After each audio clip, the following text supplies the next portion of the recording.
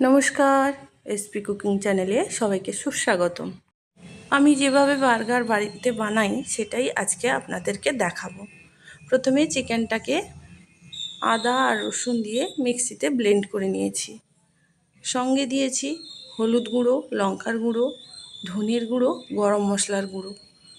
তারপরে দিয়েছি পরিমাণ মতো লবণ আর 2 পিস ব্রেডকে আমি জলে ধুয়ে ভালো করে জল থেকে চিপে দিয়ে চিকেনের মধ্যে দিয়ে আবারও ভালো করে মাখিয়ে নিয়ে গোল গোল আকার করে নিয়েছি।